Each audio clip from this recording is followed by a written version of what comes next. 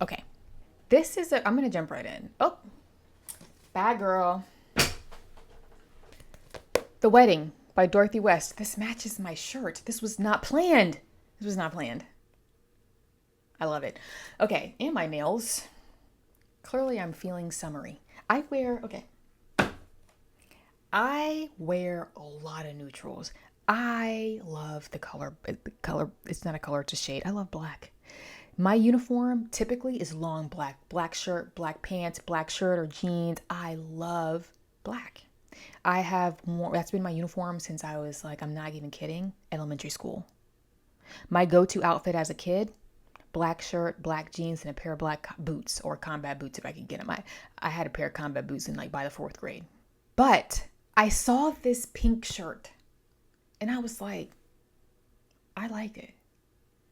And sometimes I feel like I need to embrace colors more in my wardrobe. I just like neutrals. I mean, they're timeless, but I'm digging the baby pink shirt. Anyway, so this review, I'm pulling this out of the archives, as I like to say. I reviewed it. I wrote this review on August 29th of 2021. And I actually mentioned this a couple of videos back in my summer reading recommendations, and I didn't even realize I had a full-length review written for this. I was like, this would be a good one because I think that this is a book that many people would enjoy and it's just not discussed a whole lot. So, The Wedding by Dorothy West. The Richer, the Poorer. Dorothy West, these books were published in the 90s, but she's like paying homage to the jazz age, particularly in the Black community in the United States. She had been a child then, in the first embrace of belonging, equating love with order and homogeneity, identifying color as the core character. Now, through falling in love with Mead, she had been forced to admit that identity is not inherent. This book, I'm going to go ahead and dive in, is so refreshing to read in the 21st century where we live in a culture where your identity is your politics.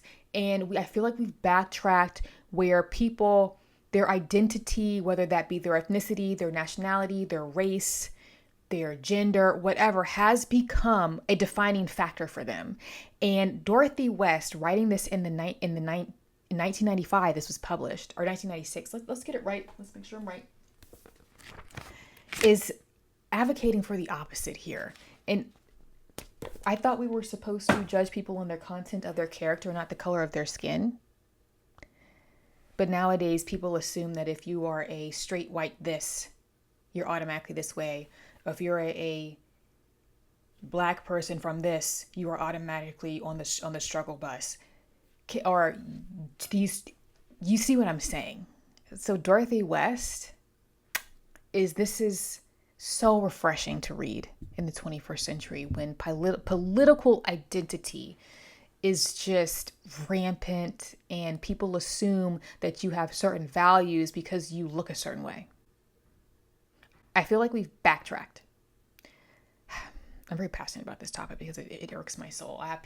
There are people who assume I believe certain things or think a certain way because I look a certain way. And I think that is just so demeaning.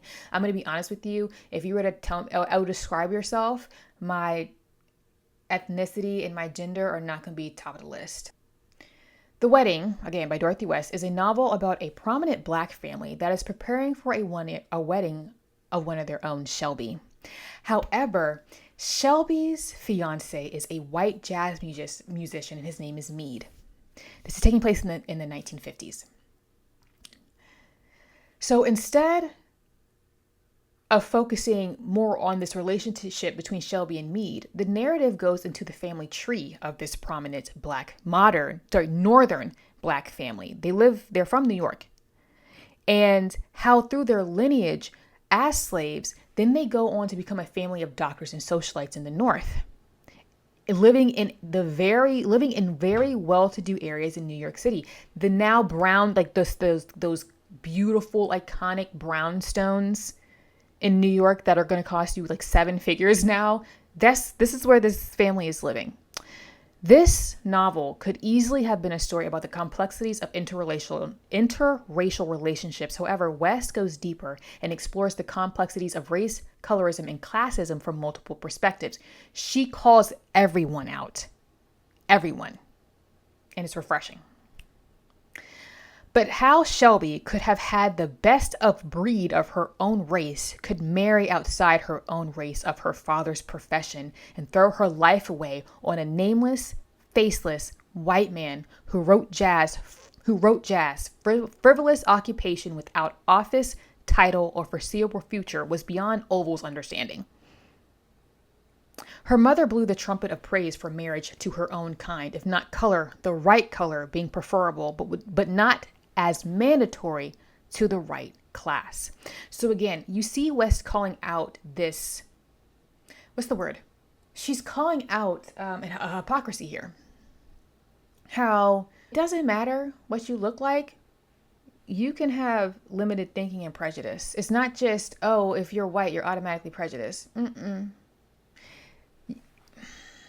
We see marriage portrayed here as a way that is very common across all societies, yes, but as a business arrangement and a status symbol, rather than two people coming together because they are connected and they love each other. However, West uses the generational structure of this family, this well-to-do Black family, in the novel to highlight how these younger generations are starting to deviate from this mentality. Shelby using the example. So Shelby and her sister Liz marry men that are outside of their family's expectations. You're not that blind. You've just got a blind spot. Maybe past generations had color prejudice, but my generation has color appreciation. Again, I feel like this book is needed this day and age, where we're just like reducing people to their gender and their color, which is ridiculous. I prefer to look at people as individuals. Okay. Shelby comes to the realization that color and race really have no bearing on a person's character. And so society boxes people into these categories based on their outward appearance. And West blatantly makes the statement that both Black and white people do this. And this is ultimately to a disservice of all.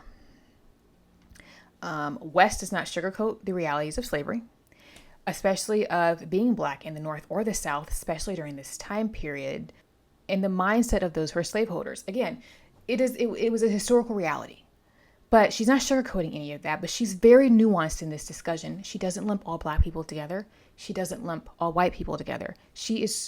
These are individuals, and she's treating these characters as such, especially Shelby and Meade. Just because of their skin tone, she's not lumping people in because they look a certain way. And I wonder when Dorothy West was born. Let's look at when Dorothy West was born. I can't remember off the top of my head. Maybe I wonder if it's stated in the introduction or something. So she was actually a leading light of the Harlem Renaissance in the 1930s. So that's cool. Ooh, she died at 91. She lived a long time. Let's see when she was born, because she saw some stuff. And so for her to put this perspective, I think is just, she's so balanced, and I just think it's so needed this day and age. American novelist.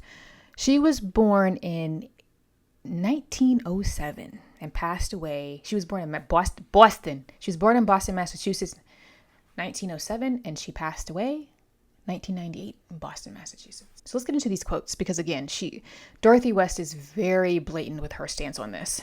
Because you don't know someone all that well, you react to their surface qualities, superficial stereotypes they throw off like sparks. Loot equals Black, Meade equals white. But once you fight through the sparks and get to the person, you find that a person, a big jumble of likes, dislikes, fears, and desires, trying to figure out what a man is going to think or do based on the color of his skin, will tell you as much about you as it will about him. I love that quote because it's so true. And again, I think it's so needed that we got to stop reducing people to their outward appearance. It's so boring. It's so boring. Color is a false distinction. Love was not. In The Wedding, West provides interesting commentary about the rise of the Black middle and upper class, as well as the importance and often forgotten role that single white women played in this. She was the hand of God who had plucked him out of the Jim Crow riddled South. The Jim Crow riddled South, and into a new life. This is a white woman who did this to a young Black man.